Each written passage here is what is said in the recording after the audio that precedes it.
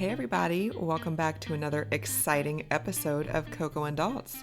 I'm not Daltz. And I'm not Coco. And I say exciting because we're coming to you almost in real time after we went to a B-52s concert yesterday. Yes, we did. Yes, we did. Yesterday was my birthday, and Happy belated birthday, Coco. Why didn't I should have got you a card or something. Oh, yeah, you should have. But you got me B-52s concert tickets. Oh, right. So I'll take that in lieu of a card. Okay. Yeah, I found out like a month ago that the B-52s were playing near us on my birthday, and I immediately texted Daltz and said, OMG, this is a sign.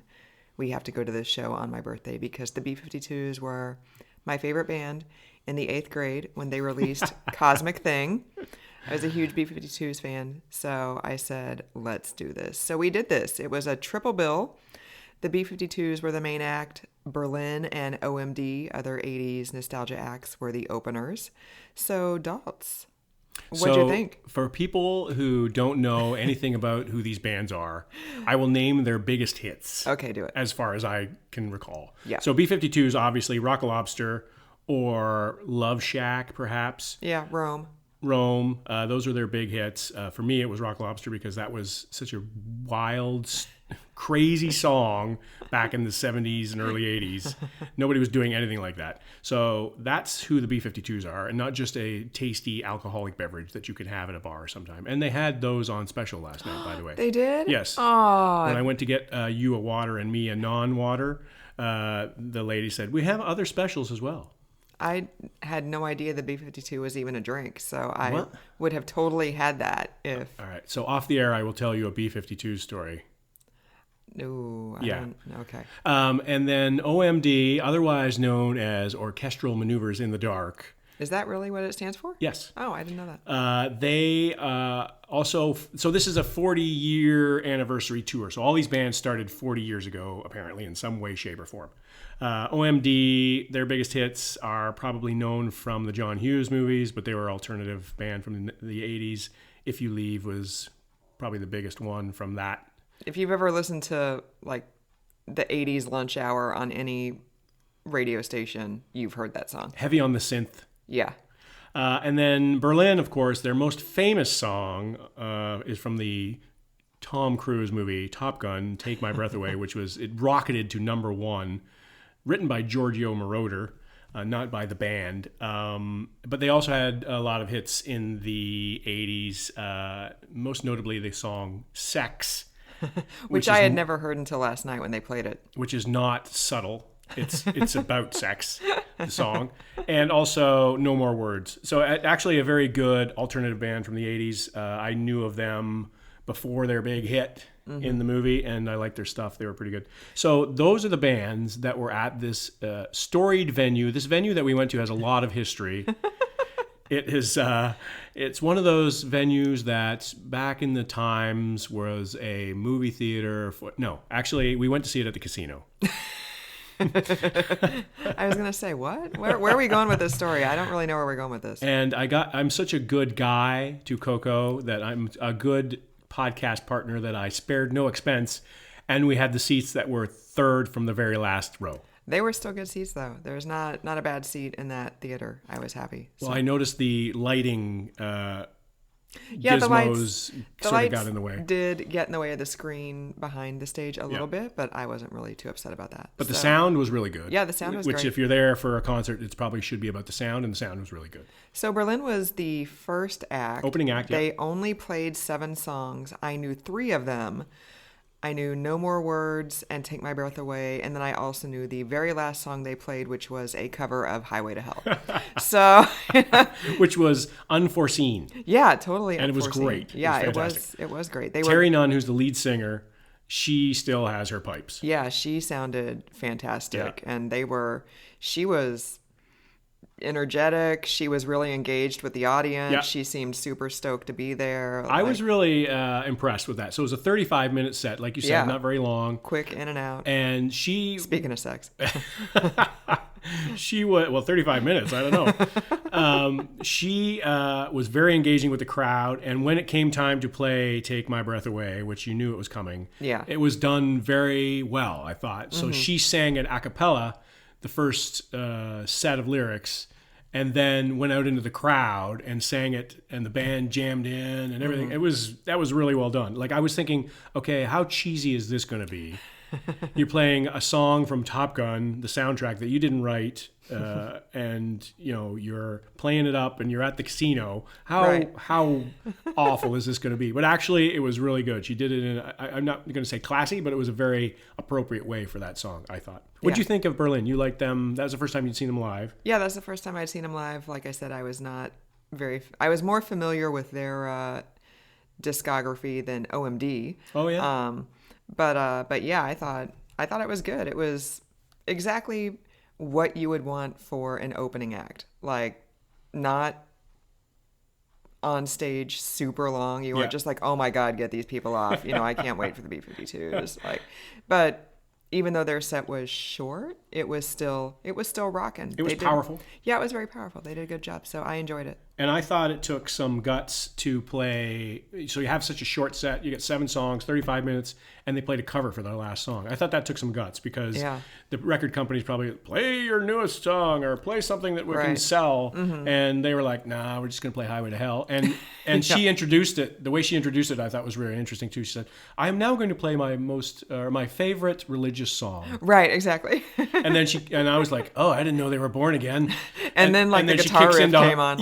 And we were all like, what? And everybody knew. Yeah. And all the people in the crowd, and none of whom really had any hair, really into it. That really resonated with that crowd, because that crowd was not a young and up-and-coming crowd. We were very close to being the youngest people in that crowd. It was kind of scary, actually. And I will confess that on my birthday, I turned 43. Right. So that should tell you. And I'm older than 43, but I'm not, I don't think, in the same demographic as most of those people. No, definitely not. So and then we went on to OMD, who I enjoyed that set as well. I did think it went on a bit too long. Oh yeah, I know you really liked it, part of that was because I got up at 5 a.m. yesterday, and so I was very tired. And I'm not gonna lie, I did nod off a couple times during that set, not because the quality of the set was bad, but just because I was like, that's the set I was like, Jesus Christ, can we just get the B-52s on stage already? Well, and you were in unfamiliar territory too, because you didn't know any of the songs. I knew If You Leave. That's the OMD song. Where every song that came on, I was like, yeah, I haven't heard this in forever. And they were really surprising to me because they were very engaging. So I've only known Orchestral Maneuvers in the Dark from radio and maybe a couple of interviews. They were so mainstream alternative when I was a kid that I didn't really pay all that much attention to them, because everybody liked OMD when I was growing up in the alternative genre.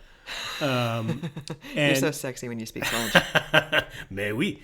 So I was never really into them. It's sort of like liking The Cure when you're an alternative fan. There's that's the mainstream alternative band, right? Mm-hmm. So I didn't pay much attention to them. I thought they were good, but I didn't have all their albums.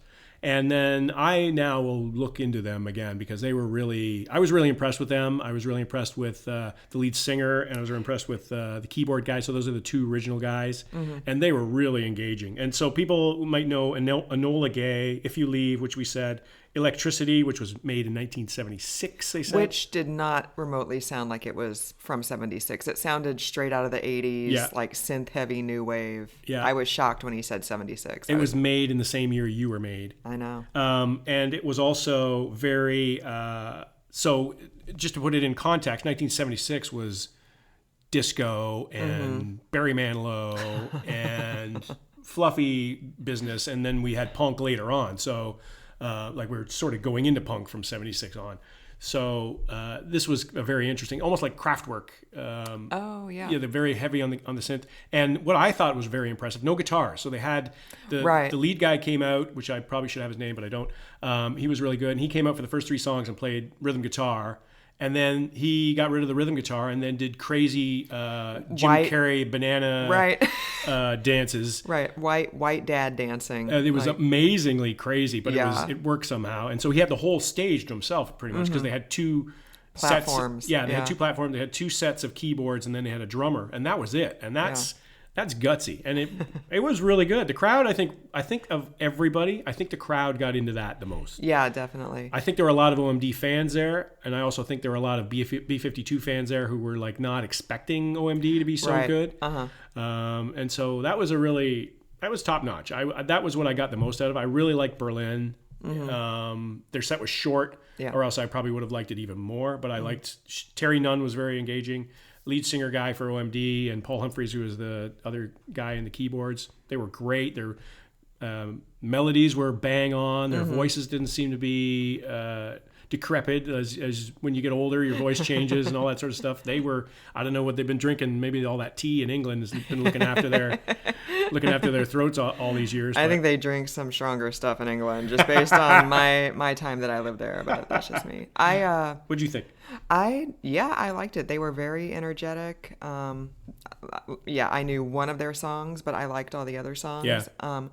It was just crazy to me because the two keyboards had computers on them as well. And I've said this to adults a couple of times, like, I mean, that sound is straight out of the 80s, so that's not equipment anymore. So, like, what kind of program do they have to be running on that computer to get the keyboard to sound the way it did 35 years ago when they were actually singing all these songs at the time, like to get that very synth-heavy new wave sound. And it was very synth-heavy, and it was the keyboards were dominant. And maybe it's also a case of when they were playing it back in the day, it was kind of ahead of its time. Yeah. So maybe the technology is not necessarily meeting the art, but it's coming close in that way. The lead singer's name is Andy McCluskey, which I should have known. Okay. So Andy McCluskey and Paul Humphreys are the two original members who were on stage. The other guys were, I think, session guys. So they were active from 78, it says, according to Wikipedia, which we know is very accurate and cannot be changed by anyone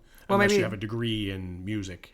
Maybe they wrote that song in 76, but then they didn't actually release their first album until 78. Yeah, and I think that's the case because I don't remember that song. I remember that song from the early 80s. And they were active from 78 to 96, and then, according to this, 2006 to present.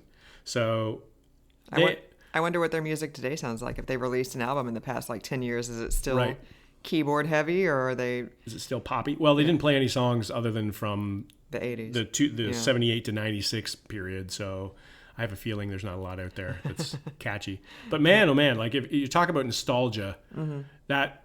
I can understand why. I used to look at people with derision, and they would go to the Lynyrd Skynyrd show, or one of these kinds of shows, a Scorpions show, and be like, "Come on, what are you doing? There's more music out there now. You go to a new show." And then now I understand why, because it was some of those songs I hadn't heard in years, and they were perhaps because of technology. And also the shape of those guys' voices, but they sounded just like they had in previous, on records and stuff like that, on CDs, and they weren't lip syncing. You could tell they were actually playing stuff. Yeah. So moving on to the B-52s, who were the headliners of this particular event. Yes, that's the whole reason we went to this show, was because you're a huge B-52s fan, and I'm a huge fan of the beverage. Yeah. Which I'll tell you about off air. Oh, geez, okay. So let's talk about B-52s, Coco. Yes. Give me your impressions. And I don't mean your impression of Fred, like that. I don't mean that kind of... Knock it a little louder, sugar. There we go. So I'll start with something nice. The set list I actually enjoyed. There were only 2 songs they played that I did not know. One was from the album they released sometime about 10, 15 years ago, around 2008 or so. I had heard of that song. I just hadn't actually heard it. And then there was another song. It was the very second song they did. Private Idaho they opened with, which I was stoked about.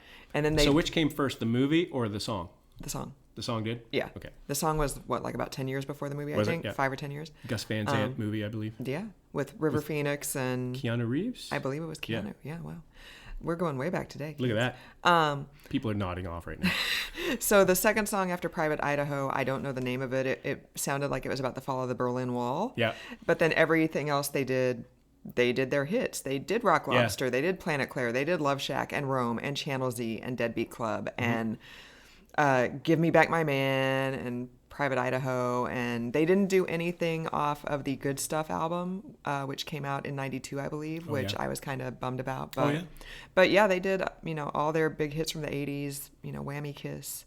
It was, I thought, I would have liked it if they would have stayed on longer and done more songs, but I was glad that there was a wide like wide spectrum of their a wide stuff. spectrum of their stuff. So just for people's education and edification, the original lineup had Fred Schneider, Kate Pearson, Cindy Wilson, Ricky Wilson, and Keith Strickland.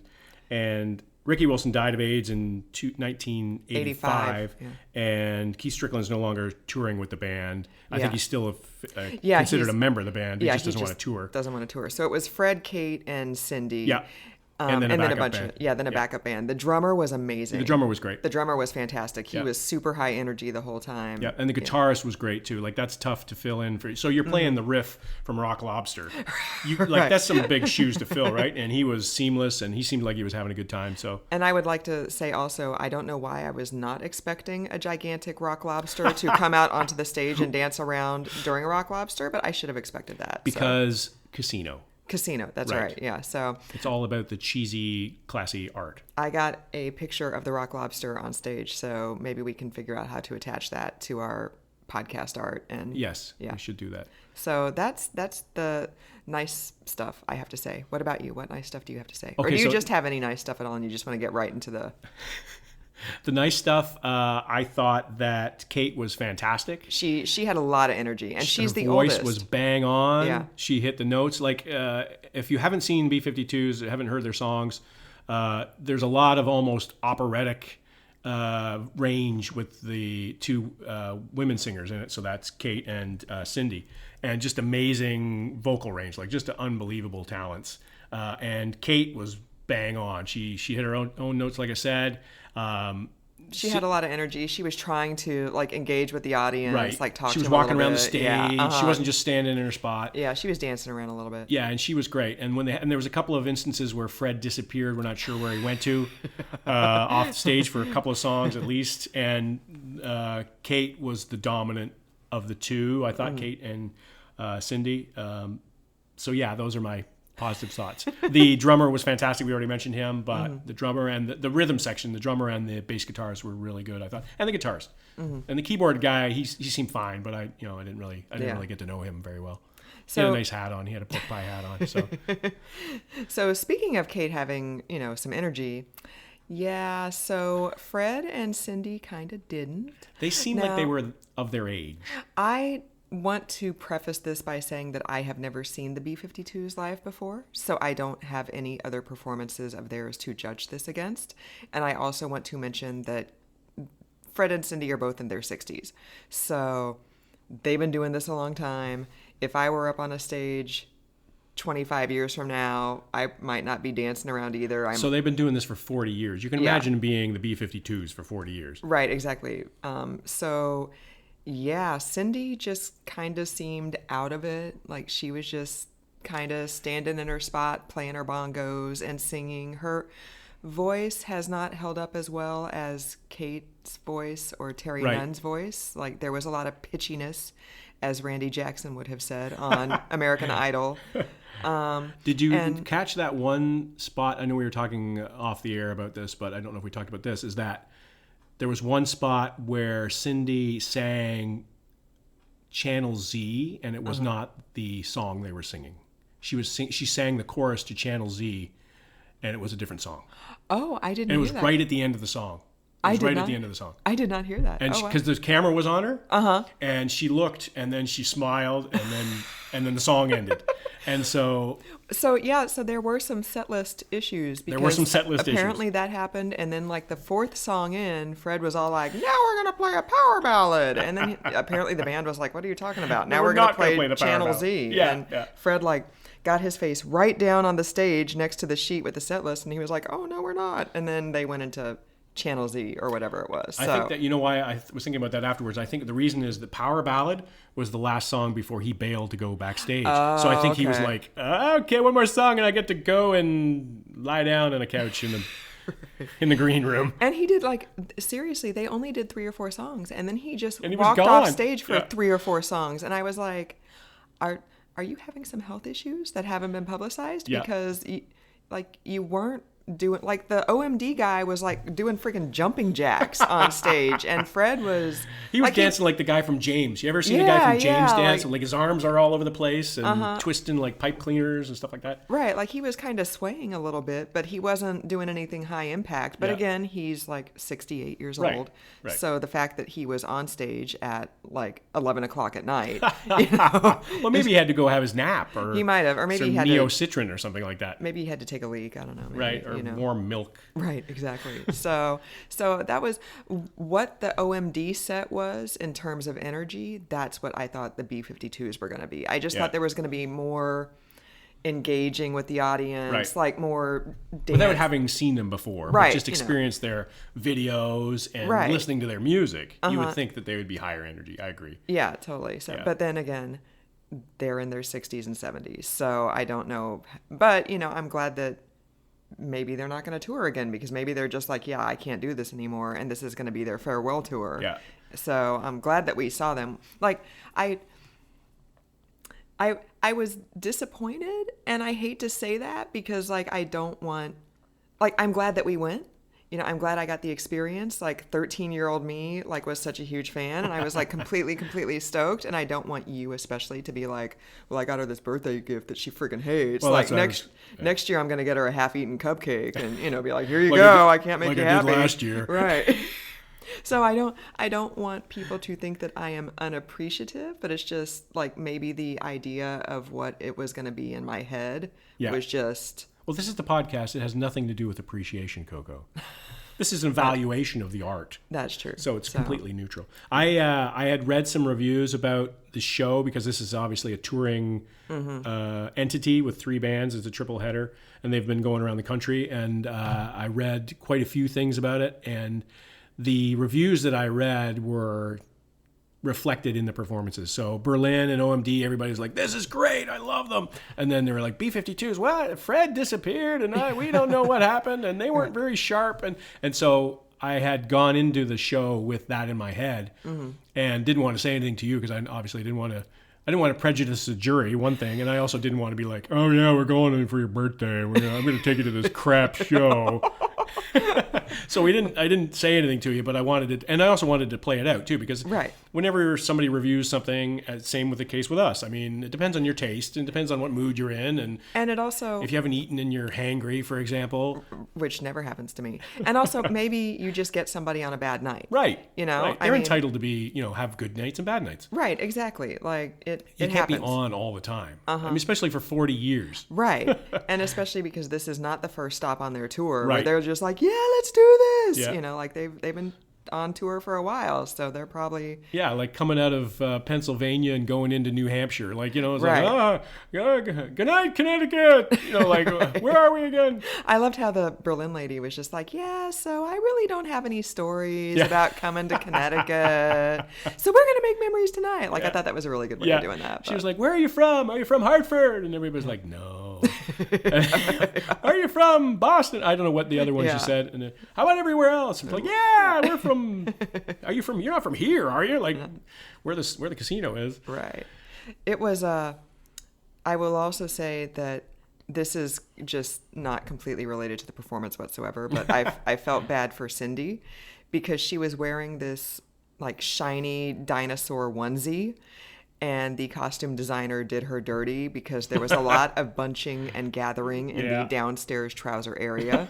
So it was not very flattering. So I felt very bad for Cindy, as opposed to Kate, who just had on like a fringe mini dress, and she was she had the shaking green the fringe and the red hair. It was quite striking. Whereas Cindy was the blonde with the almost like the Aqua woman. Yeah. Scaly thing. I don't know what that was supposed to be. It looked like a dinosaur, I'm telling you, with like the spines on the shoulders and stuff. Right. Yeah, he's big and he's blue and he's your best friend. Yeah. That kind of thing. Totally. So maybe they were trying to evoke the thrift shop aesthetic, which, according to the wiki, is what they were going for in when they were founded in the 70s. I also was surprised that they were not on stage longer. I understand that as the final act of a triple bill, people don't want to be there till 1 o'clock in the morning. especially that demographic. Right, especially that demographic, right? This isn't like a bunch of 20-year-old kids, right? But it was a Saturday night. But it was a Friday night. Oh, it was a Friday night. Yeah, it was a Friday night. Yeah, that screwed me up too, taking the day off from work for once. Like, what? Sorry, they're all Saturday nights to me. But yeah, so OMD was on for like a solid. They were a good hour. They were a good hour, Yeah. and the B-52s. Not quite an hour. Not quite an hour. Yeah. And that was including the time they went off stage, like the 3 to 5 minutes between when they left after their main set and came back for the encore. Well, and there was, you and I had some questions about that. It's like, are they done? Because they had not played Planet Claire and they had not played Rock Lobster. Right? Yeah. And so we're like, and I had read some reviews saying they hadn't played all the hits. So I was thinking, okay, so we're going to get short shrifted on the time on stage, and also the songs they play on stage are not their biggest hits, which I think the people in the crowd, that's what they were looking for. I mean, a crowd like that was a hit crowd. Right. It wasn't looking for B-sides. Right. Like deep cuts off Mesopotamia or whatever. Thank you. That was much better than what I said. So you and I were looking at each other like, this can't be it. And the only reason I knew, because the vibe almost, like we were clapping and clapping and clapping, and then the clapping sort of petered out. Yeah. The only reason I knew that they were going to come back on is because the house lights didn't come up, right? Right. Because they were the last act. And then they eventually stumbled back on stage and were good for the next two songs. Like those two, they rocked for the last two songs. Yeah, they definitely were high energy for those two songs. They all went off stage and had some pep pills. Right. They did some rails. Yeah, well, they're 60s, so probably, like, who knows what it would have been. Yeah. Ben Gay was applied or something like that. I did read that Madonna said the difference between touring in her 20s and touring in her 50s was like after she got done with the show in her 20s, they would go out to the local dance clubs and they would dance until like 5 o'clock in the morning and then like go back to the hotel and go to sleep. And then in her 50s, like as soon as the show was over, she was in the green room icing her knees and drinking herbal tea. And so maybe that's the B-52s. They went backstage and got a couple espresso shots from Starbucks and some ice packs and not like they were in their, not like it was when they were in their 20s and the 70s. Yeah, who knows what it was like in those days. Yeah, no kidding. So nostalgia, now that we've wrapped up our review of the actual event, these kinds of events themselves, the nostalgia tours, good, bad, what do you think? Well, I mean, I still like them. Like I said, I'm still glad that we saw the B-52s, especially because there may not be a chance to see them again. Yeah. But it kind of made me sad. Yeah. It really kind of, and I understand that time eventually defeats us all. Right. That'll be me one day.